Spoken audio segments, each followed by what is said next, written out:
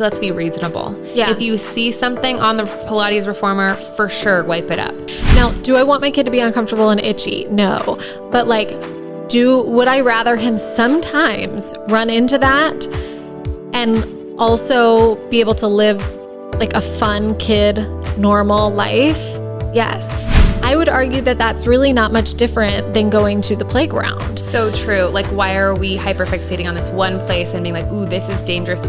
Wouldn't it be nice if we could? Right. And it's like, well, if that's what you're worried about, then it's everything. And hi. Hello. And welcome to EpiPod. Sarah is a mom to 2 little boys with food allergies. And Danielle has navigated life-threatening allergies her entire life. Living with an invisible health condition is so isolating. The fear and the anxiety. Trying to cover it up so you don't affect anybody else. Especially your kids. Sound familiar? Join us on the couch and take a load off with people who just get it. We're so glad you're here. Welcome back to EpiPod. Presented by Larissa's Kitchen. Today we are talking about playgrounds and play places with allergies, which is always like such a hot topic. I feel like it's something that people ask us about and me on my Instagram page all the time. Like, how do I even go to the freaking playground? Yeah, we've talked about it a little bit. Like, it's been in stories, we've alluded to it, but like the actual brass tacks of best practices that you have found that work for your family best, and also things that with research and looking things up, like what are things that you actually need to worry about, and what are things that just the chances would be so low, like you need to let it go so you can focus on the things that matter. Yeah. And I feel like that is a lot of it. However, like, as we always say, allergies are so nuanced and like every person is so different. So and even every age is different, right? So like when we were little, jumping right into it, when Graham was little, I guess I was a littler too, but he did react differently to his allergens than he does now for a variety of factors, right? I mean, there's a lot of evidence that shows that most people grow out of certain allergies by the time they're 8 or 9, or even like some groupings, I think, grow out of allergies at like age 4 or 5. So like there's different stages where research has shown that like our allergies change, like our bodies adjust, our immune systems are different, and we may or may not be more or less allergic to something. And then of course other factors like treatment, which we're in, change my son's immune system so that he can tolerate more things. So I mean, again, all of this whole episode prefaced by like, talk to your doctor, understand and know your kid and what the limits are, but happy to go through like what we've found, things we've run into, and kind of what has worked for me mentally. Oh, and did we not address the dog in the room? I know, I was going to say, we haven't addressed the elephant in the room. A literal baby dog. Yes. Hi, Gatsby. This is Gatsby. Oh. This is my angel. If you are just listening and not watching, Danielle has the sweetest little white, well-groomed terrier dog. Thank you. He's a West Highland White Terrier.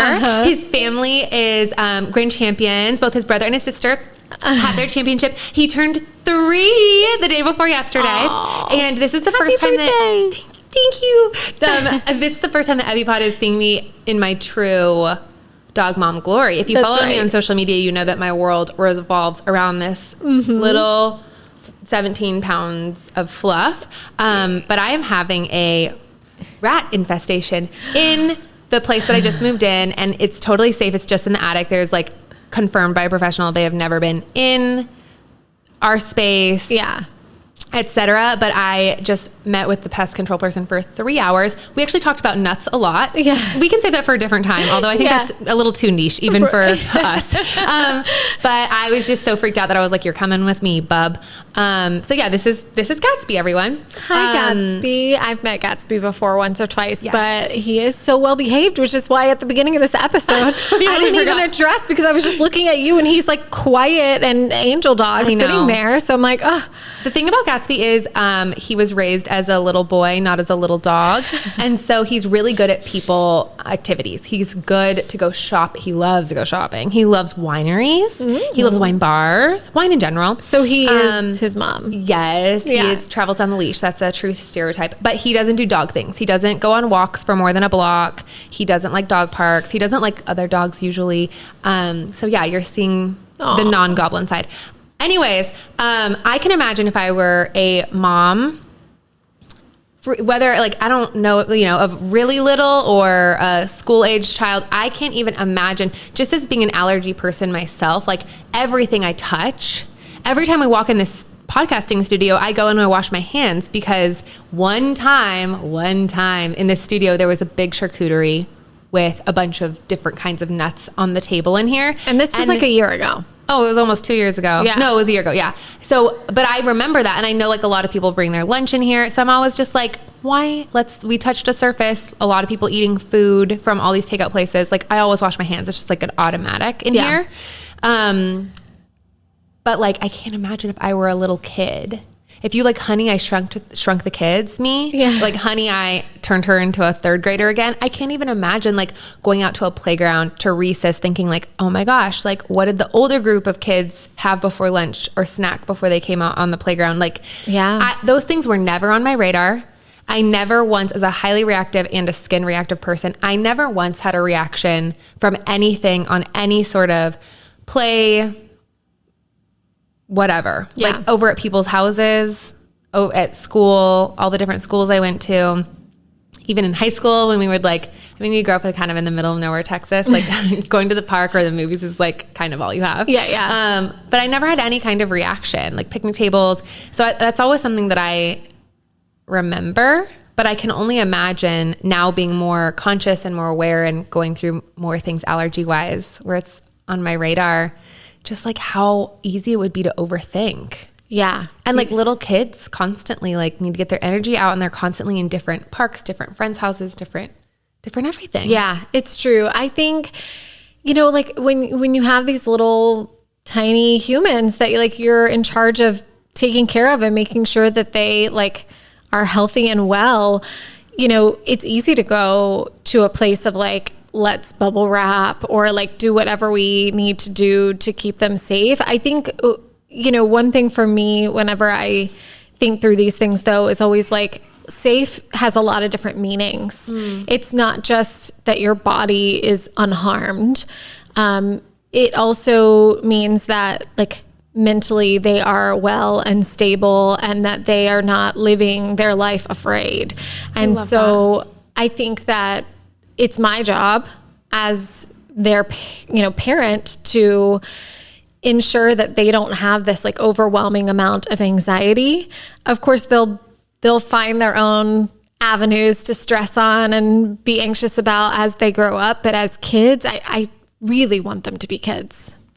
And so I try to balance my fears and anxieties and honest concerns. I mean, if somebody goes to the playground and is eating, an ice cream bar and it's dripping all over the slide, and then my kid slides down the slide and then touches their skin, or, it touches their skin, or they touch it with their hands and then they put their hands in their mouth, which still, Graham like bites his nails. He's 6 years old. And so he's constantly putting his hands in his mouth, which means that like allergens can certainly transfer, especially if they're, a big blob of ice cream or, a bag of peanuts, something like that. So, I think they're valid concerns. One tip straight out the gate that I do is I try to remember that generally if the allergen is not visibly seen, meaning it's like if there's something there, it's trace amounts of the protein. I try not to over worry about that, because I know that research shows that like the amount of people who react on contact or even transfer hands to mouth from those trace particles are very slim. I can't quote the exact numbers, but things like peanut or milk, a lot of times it's like a half of a teaspoon or a a teaspoon of milk before anybody reacts, or like the threshold where most people react. Not anybody, but most. And same with peanuts. It's like a half of a peanut is where most people react. Whereas anything less than that generally isn't going to cause a major reaction. Again, I don't know the exact numbers. I'm just saying I try to rely on that and then realize that when I get to a park or a play place or wherever, I go and take a loop around, a little walk before my kids or with my kids as they're running to the playground to ensure that there's not a big glob of something, that there's not, allergens just readily there on the play set where they can dip their hands in or really be covered in their allergen.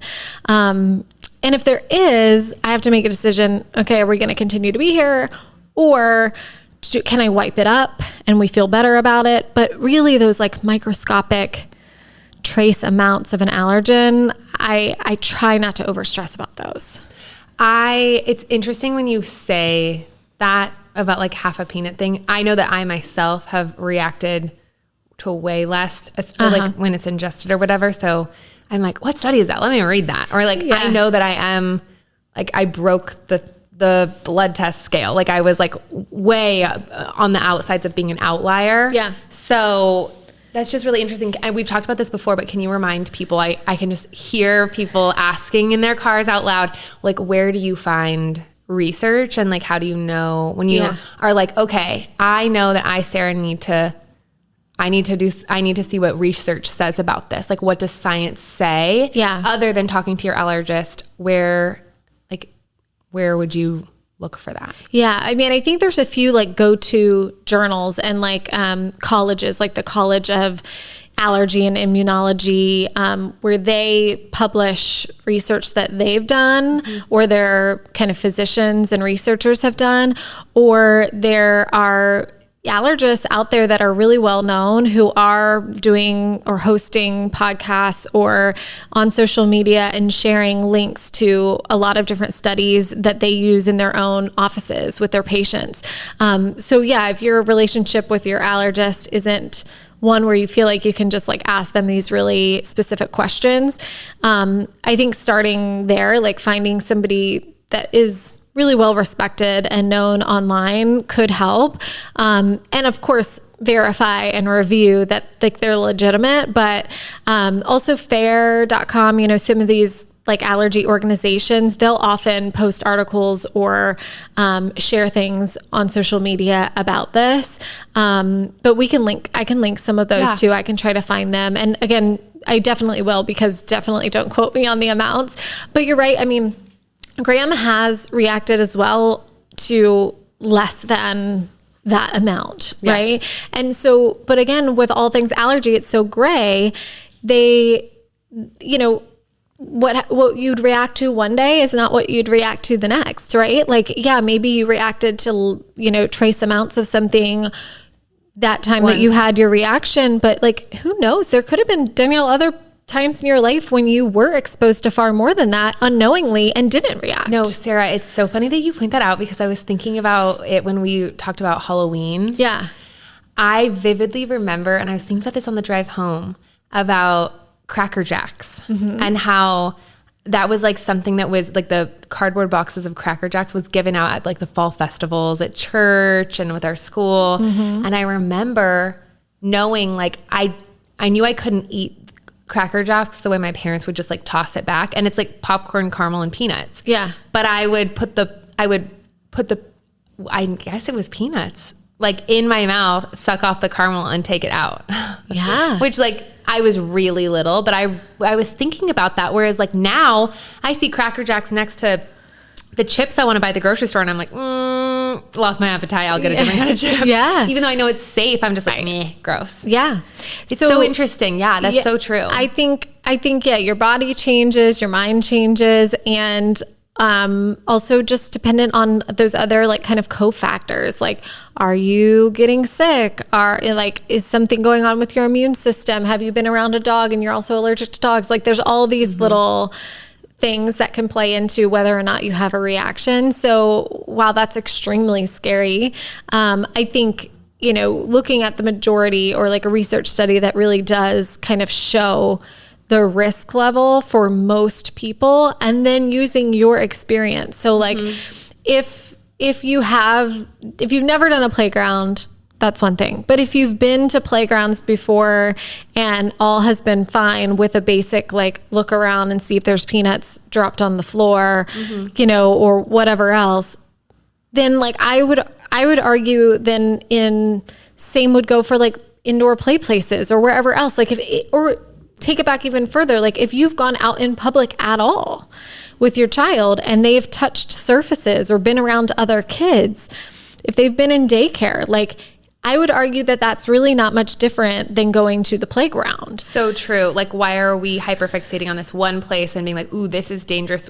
Wouldn't it be nice if we could? Right. And it's like, well, if that's what you're worried about, then it's everything. And you know that you're not doing everything. Right. So yeah, exactly. That's such a good point. Yeah. Our minds really can like latch on to something and like label it as like a no zone. And it's like, well, actually the whole world can't be a no zone, and it's certainly not already. So yep.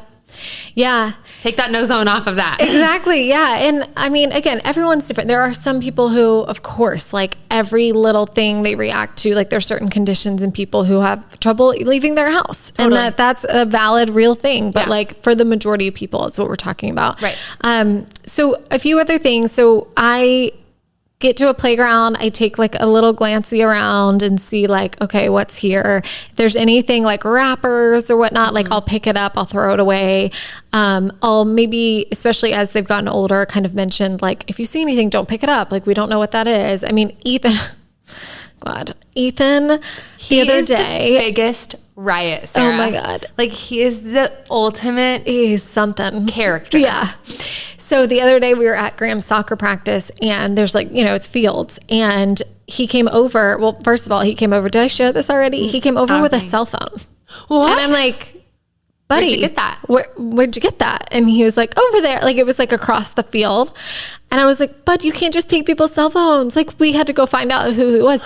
Well, then he was playing, and don't worry, I'm watching my child, but it's like a safe zone, right? There's like people all around. Everyone's like there's running around the field. Like kids on our team, like bigger brothers are with him. And like, it's like, we all have visual, but we're just not like standing next to him, Yeah. And then he comes over like a couple minutes after that, and he's got a big wad of something in his mouth that he's like chewing on. And I'm like, what is that? I'm like, opening his mouth, like ripping it out. It's like a rainbow chewy candy. And I'm like, no wrapper in sight, like nothing.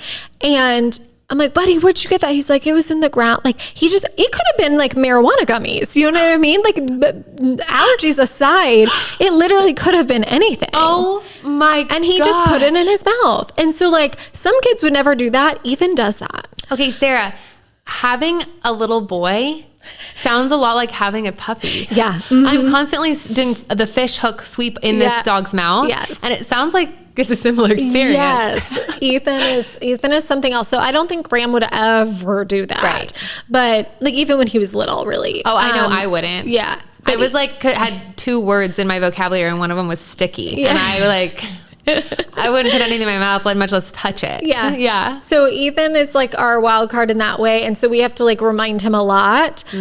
Buddy, like we don't know. It could be dangerous. It could have your allergen. It could, be really dirty. Like we don't need to touch or put anything in our mouth. So that's a conversation that we have with them. So checking the playground, having those conversations. Obviously after we leave the playground, we would always wipe hands and before any kind of like eating or just doing other activities.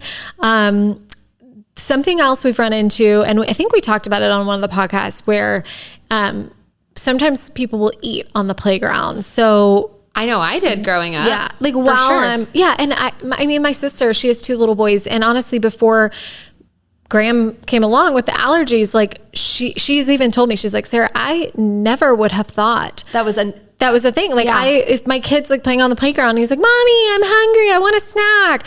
And she'd be like, okay, here's the peanut butter cracker. Like she would never have thought twice about that. Totally. Just like, okay, go play. Like, cause you know, at the playground, you're like, as a mom, you're like, you just want to break. I know there's all sorts of parents that are like, how dare you ever let your kid like out of your sight, or you look at your phone while your kid's on the playground. What if they're snatched by a burglar, whatever. Like I know, but like also parents need a freaking break. Also, I can only imagine like if a parent, like if a mom from the 60s could like come back, like time travel, they'd be like, what? Yeah. Like we would just open the door and be like, come back for dinner. Yes, totally. Even young kids. So you just kind of how it's changed. It's changed a lot. And I mean, I get it. Like being distracted by technology, like none of that is good. You want to have focus on your kids, especially your allergy kids, to make sure they're not putting stuff in their mouth. But like there's only so much you can do. Totally. Like parents need a second. So I get why parents would just be like, yeah, here, go ahead, go eat, you know? You only know what you know. You don't know what you don't know, you know? And so I think in situations where somebody is eating on the playground, what I've done in the past is I've kindly like asked the child if they're old enough. Now, if they're like a 2-year-old, that's different. But like if it's like a 6-year-old or something, I'll be like, hey buddy, do you actually mind going to eat over there? Like my son is allergic to that. It can kind of be dangerous for him to be near it. If I see their parent, I'll either ask them like within earshot. So like they know I'm like talking to their kid. Do you know what I mean? Right.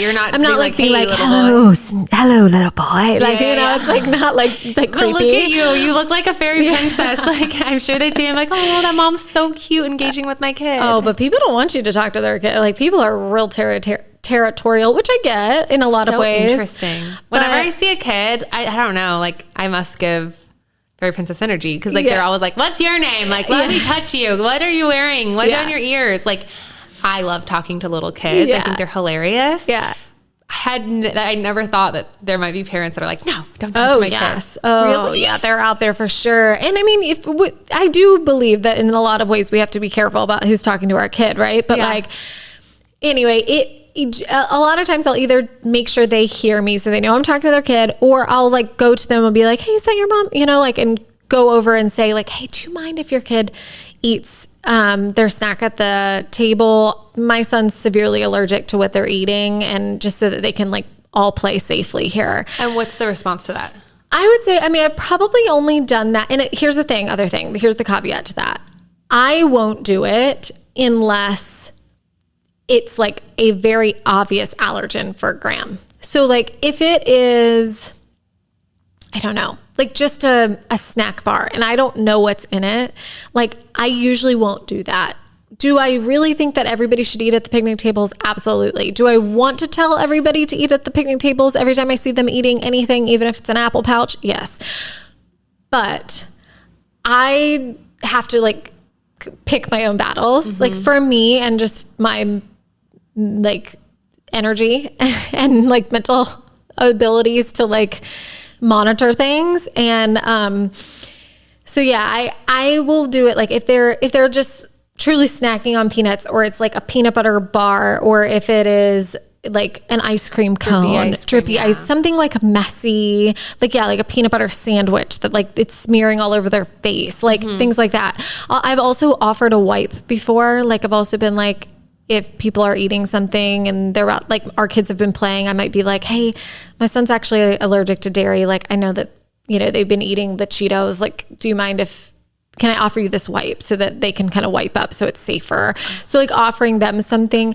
Does it go over well? Yeah. I mean, I would say that I've probably only done it. I said all that to say like, I probably only actually talked like that to people like 6 or 7 times in our life. Like it's not like it's a rampant problem that I run into. It's like literally once a year average. Right. Yeah, exactly. And I would say it's gone well every time but once. Then it's gone really well most of the time. Good. Like I would say like 4 or 5 of those times they'd be like, oh my gosh, yes. Oh yes. What can I do? Like, what do we need to do? Yes, Sally, come over here, sit down, and like, it's all like, they get it. They learned something. They're actually like, thank you for telling me.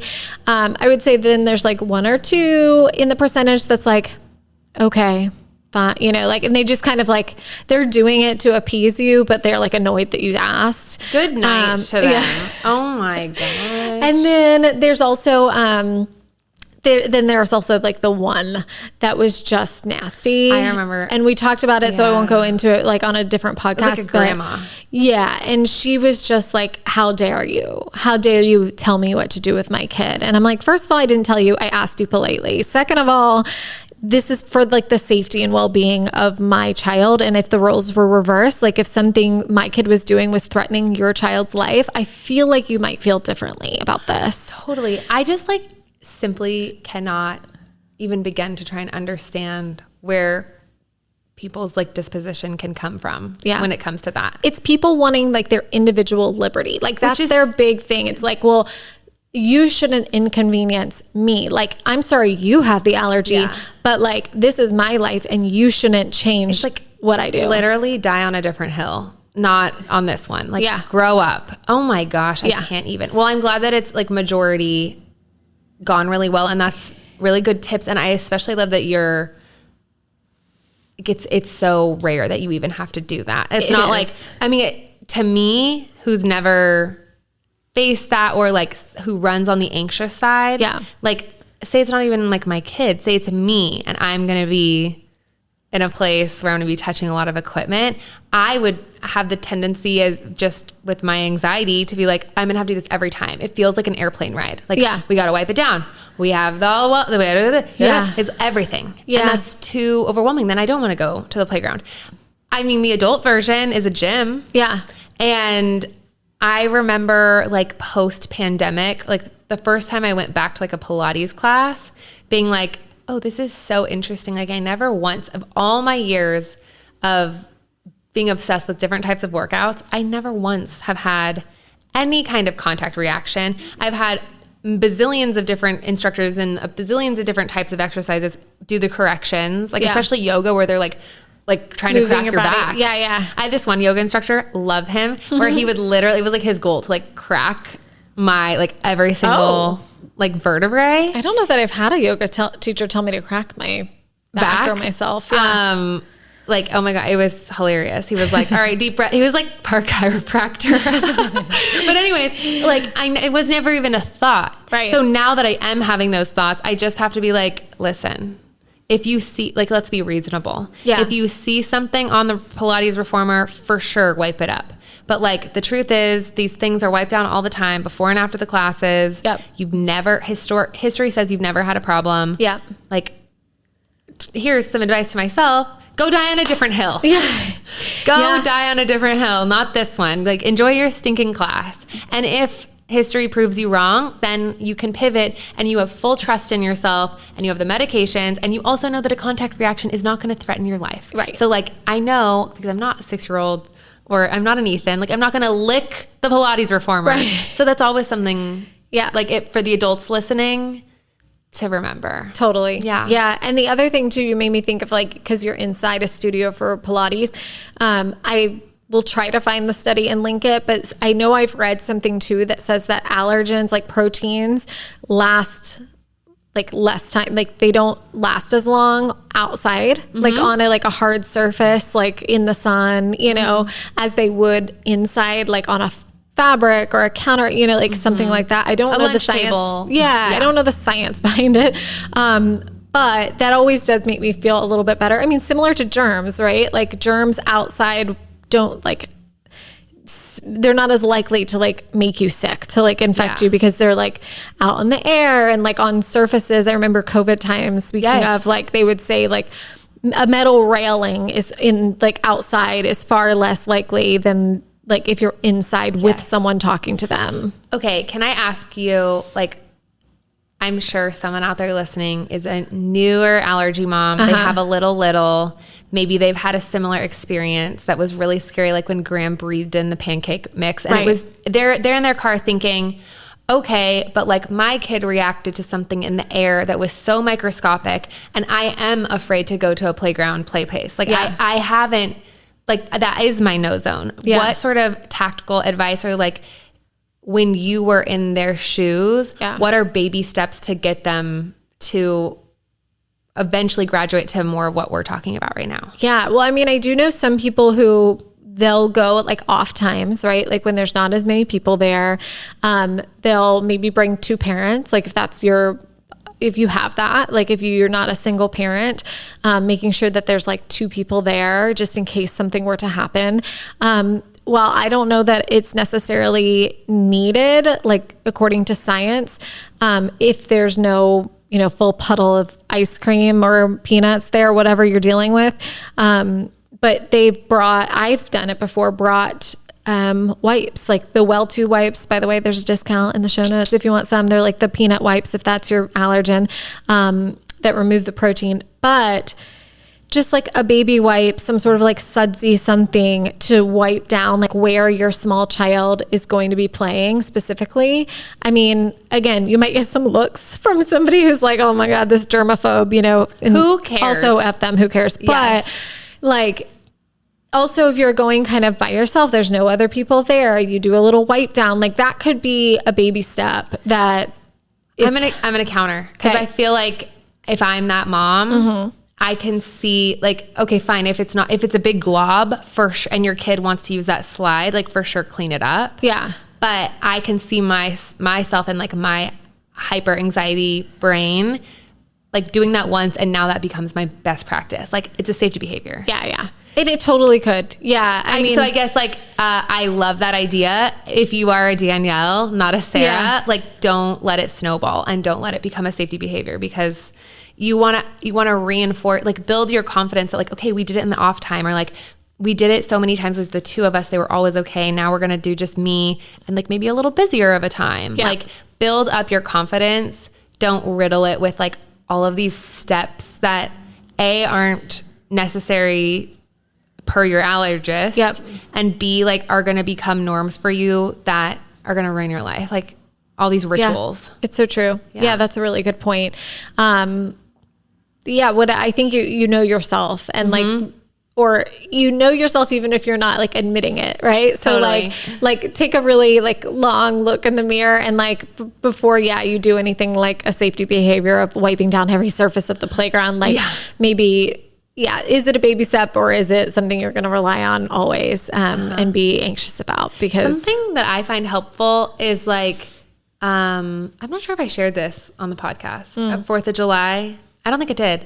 Okay. How I had like, I have a lot of pregnant friends right now, and they just like don't have it in them, especially in the Austin summers. Like they don't want to be on a barge. Like they don't want to get on the wake surf. No. Like they don't want to do that. So we were, and I was just like not feeling it either. So we're like, let's just like sit by the river. Let's go to one of like the state parks. Yeah. Sit by the river. The people who want to get in the river can. The people who don't can just like make picnics. Let's just spend time together. And we did. And I arrived late as always.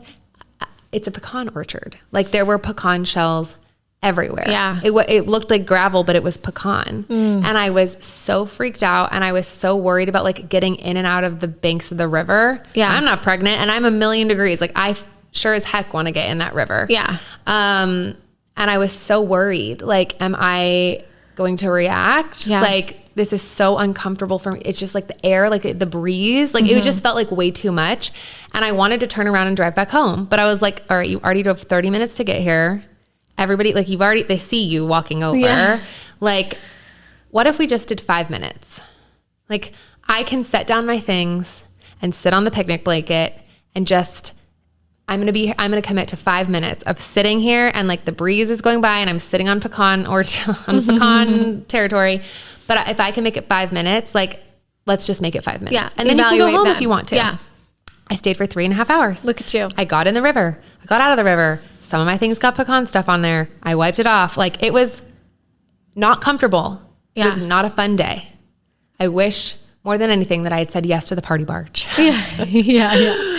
But like, as somebody who like knew I needed to not solidify to my brain that like, you can't do this, it was like, no, but you do have meds, and like you're kind of in the middle of nowhere, but not really. You have people to help you.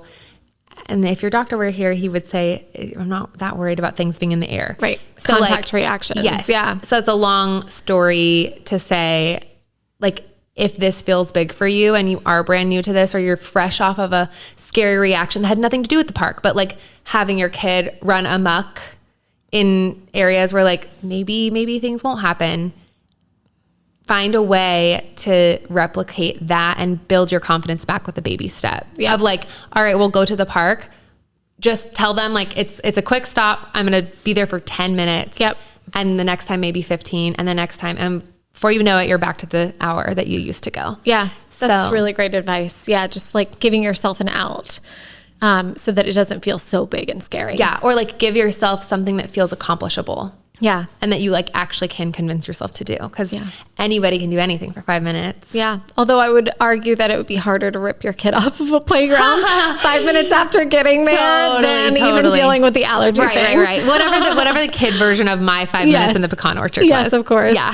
The only other thing I'll say about this, and we'd love to hear your questions. If we like missed something, please let us know. Send us an email at epipodpodcast@gmail.com. That's right.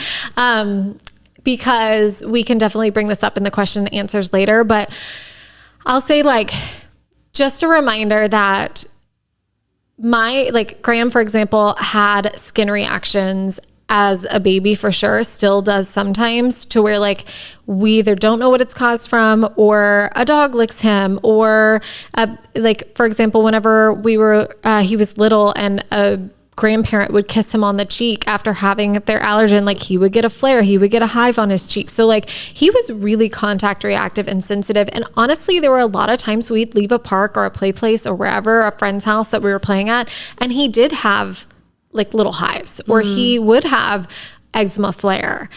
He would be itchy and uncomfortable. And that's something you have to decide and weigh. And like your doctor said before, like even if you get a contact reaction, most people, again, I'm not saying everybody is different, but most people won't have like anaphylaxis from it. Now, do I want my kid to be uncomfortable and itchy? No. But like, would I rather him sometimes run into that and also be able to live like a fun kid, normal life? Yes. Like I would much rather take some skin irritation that we can treat and deal with, and him live a happy, full life. I will say my entire childhood, my mom always had wet ones, and she always had Benadryl cream. Yeah. And like, I don't even know if she or I were thinking, oh, allergies. We just knew like I got itchy. Yeah. And I got little hives sometimes. And like, wipe it down, put on Benadryl cream. Like that was my go-to. I had Benadryl cream in my pencil case, like throughout school. Yep. So I really find myself, it's become like a mantra of mine. When Levi was a guest a couple of weeks ago, it plays on repeat in my head. And I'm just so thankful that she shared that. We like put it up as a reel, but talking about like the risk, like taking the risk and living a big, beautiful life is so much more important. Like you're going to hurt yourself more by not being willing to take risks, because you're like trying so badly to avoid things that you end up hurting yourself more than if you had gone prepared and taken calculated risks. Different words, but she said it much more beautifully. No, that's great. But like, I really have been hanging on to that. Yeah. Really been hanging on to that. And I think it applies to pretty much every allergy scenario, but certainly this one. Yep. Agreed. Cool. Yeah. Well, I hope that was helpful. And please send us questions. Like I said, if we missed anything, if you have a specific question, or even if you have like a crazy story or something to share, like write us either on social or epipodpodcast@gmail.com. And we can bring it up in our like future question and answer segments. I will say, if you email us, we will see any of them. But if you email us, it's a lot easier for us to file away and sort. Instagram is sort of like a laundry dryer. Yeah. It's like where did the sock go? I know. I know the sock. I know I put 2 socks in here and now there's only 1 sock. It's so true. So email us. Yeah. Speaking of questions and answers, let's do it. I love it. This segment is brought to you by Pulse Power, a high-protein, all-natural chickpea-based snack line that is co-founded by an allergy mom. And Danielle, we love these snacks in our house. They have delicious snack sticks and chickpea spreads that are made in a dedicated top 14 allergen-free facility. A great choice for school lunches and snack boxes. Question 1. This is a sticky situation. My child has food allergies. He is 2 years old and he has had them since he was 4 months old. And my parents have not even tried to learn what his allergies are. Now that he is 2, they have wanted to start keeping him more often, but they don't know how to feed him. How would you handle this? It's very frustrating because his other grandparents have learned his allergies and the things that he can and cannot have. But my dad has no interest in learning, but he gets upset because my child spends a lot more time with the other set of grandparents. Natural consequences.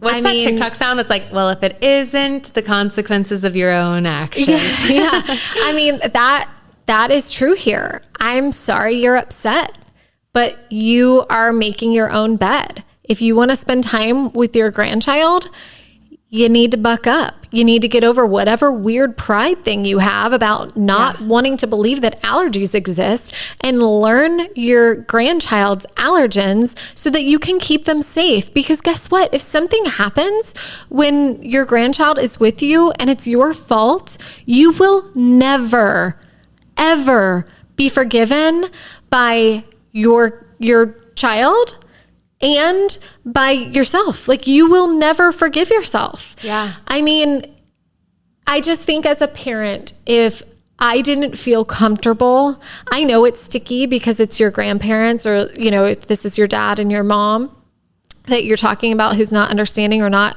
like wanting to learn the allergy thing.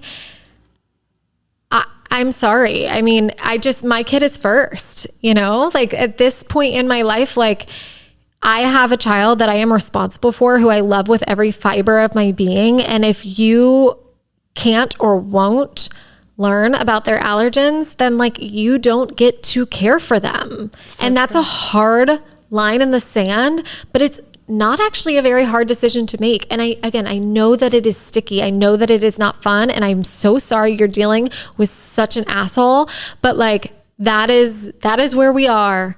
And there would be no wiggle room for me, because if you're so obstinate that you are even vocally saying, I won't learn this, or I don't want to, like, I don't know if that's being verbally said or if it's just by his actions, but either way, it's unacceptable. It's one thing if you were like letting your teenage daughter wear mini skirts and your dad was like, the grandpa was like, nope, I am not okay with that, whatever. That is something different, right? It's a preference. It's whatever. Everybody, yeah. We're difference of opinions. This is not a difference of opinion. No, this is his life. This is a life or death situation for a child who can't speak up for themselves, by the way, doesn't even understand fully their allergens themselves. They need a proper parent or, guardian. A guardian and an advocate.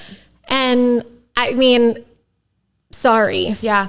I retweet everything you just said. I saw a TikTok last night that I think applies to this. It was not allergy related at all. You may have to cut this, but okay. So it was this girl and she was saying, I have 2 siblings. Like there's 3 sisters in our family. And we all individually have an amazing relationship with our mom. And I get asked all the time by other people in my kids' class, by whatever, like, how come, like, what did your mom do to make you want to have her as a part of your kids' lives and like want to have her a part of your life as an adult? Like all 3 of you guys, like, that's so special. Like, I have that, but my husband doesn't, or like I'm not as close to my mom or whatever.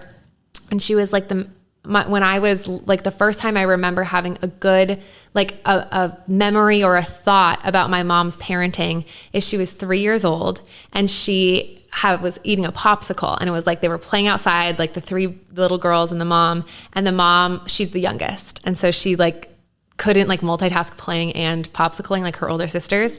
And the mom brought out like a little bowl so that she could like put the popsicle in and drink the juice if it had melted, but like her popsicle was always there.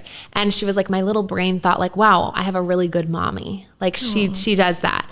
And she was like, that metaphor has stuck my entire life. It has stuck through my teenage years. It has stuck through my adulthood. It's stuck through the way that she is a parenting through a grandmother's eyes of now my little girls. And I want her around for all of it because I have, as a lot of teenagers have, or as even little kids, or as an adult, like stressed out mom, I have taken the popsicle bowl and bumped the bottom and splashed it all over her. I've thrown it down at her. I have not been thankful for her holding the popsicle bowl, but my entire life she has held the popsicle bowl.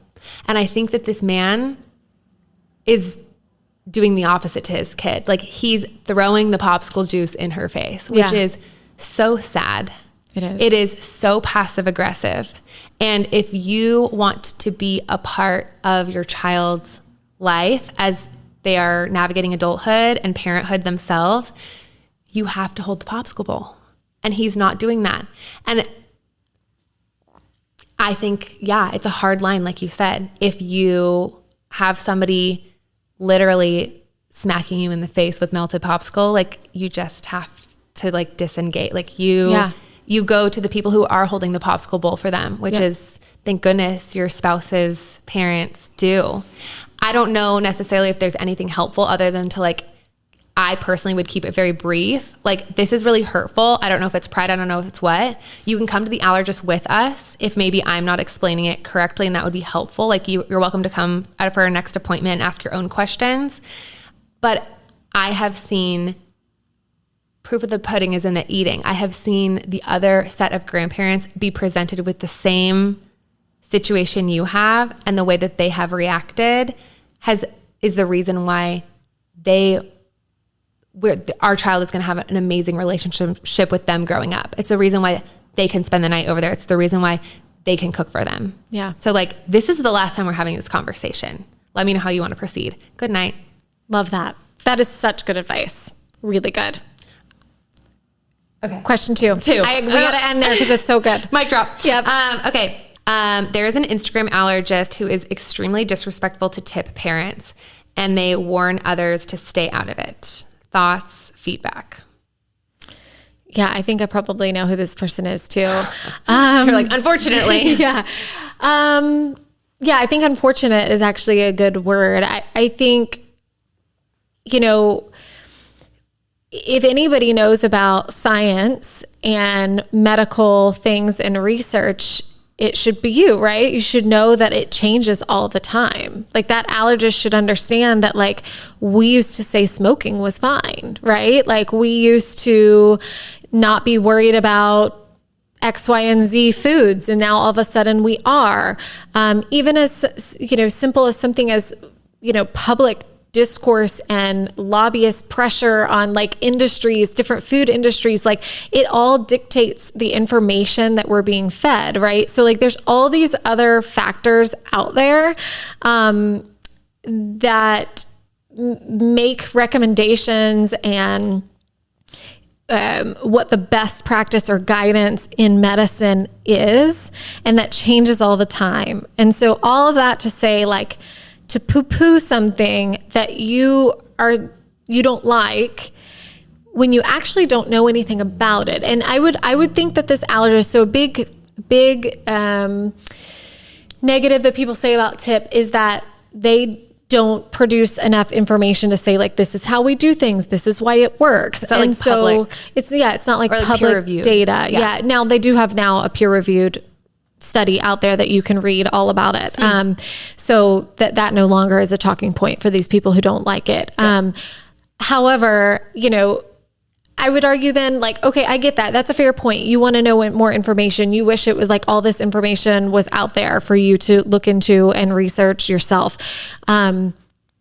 But because it isn't a reason, in my view, to say that it doesn't work, when there are thousands of people who've gone through the program and it actually does work. I mean, it is a form, in a way, of OIT, right? You're building tolerance to allergens. OIT is FDA approved. Again, this is different than OIT in a lot of ways, but all of this just to say, like, if somebody uses their platform, like their educated platform, to talk down about something that is working for a lot of people just because they're not familiar with it, I would question their intent and their reasoning for being so strongly worded about it, right? Like there's something else going on there. There's something else evoking that emotion that you're seeing on their page.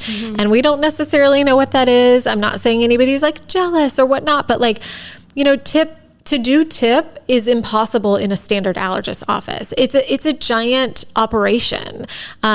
You know, you would have to have a very large, like, you know, Aspire Allergy, they are a very large allergy. The one that you go to here in Austin, he has a very large practice with a lot of people. Like it would have to be someone like that takes on a tip type program. But like your average allergist office would never be equipped to do a program like this. So like there is an element of competition in that they know that they could never do this. So it feels like a far off thing. It feels like, well, don't leave, don't go and do this other thing. It's just so sad that the casualties are the patients and the people who already have a lot on their plate. Yeah. Like, why are you guys stuck in the crossfire? Like the people who have taken the plunge or who are thinking about it. And I get that it's confusing. And I have said a million times, I'll say it till I'm blue in the face, that like, I do not think TIP is a perfect program. I don't think it's for everyone. I think that there are some things that I question, like, why don't they do that? That's a good point. You know, like there are things that are yellow flags. Right. You know, You're not just like going in blind, like I am a convert and a believer. Right. No. Like I know that it's like concierge medicine, that we're paying a lot of money, and it better be, you know, good service, and it better be like a program that works for me after all of this time and effort. And I know that it's not FDA approved. Like I go in knowing these things, and these are risks that of course we have to take on, as a patient who's like advocating and trying to find the best thing for our kid. But I do have a problem with somebody who either beats around the bush to say it or says it outright, that something is either wrong or dangerous or bad when you actually don't really know anything about it. And I get that that might not be your fault. Like maybe you don't have the data or the information, but like then just stay quiet and tell people the information that you do know. So that's that. That's that. Mic drop. She says in her sparkly, perfect dress. I was saying today when I walked in, I'm like, I was channeling Danielle, and you're kind of channeling me, more like jeans and a shirt. I totally am. Did we play each other? Like I we think were so. like flip-flopped, a little Freaky Friday? I was going to say, like, can I borrow this dress? Yeah, you can. Okay, great. You would look adorable You should wear it for in your it. party. Oh yeah, I should. I'm having a wine party. I'll probably have already had the wine party by this. I'll be out of town. I know. I'm so sad about that. I could fly back just for one night only. I think you should. Okay. Everyone's like, okay, are we done with this episode now? Write us a review. Please let us know what you think of these episodes. If you have any ideas, send us your questions. And as always, thank you to our sponsors. And thank you so much for being here and for listening and supporting us. We love you, and we'll see you next week. See you next week.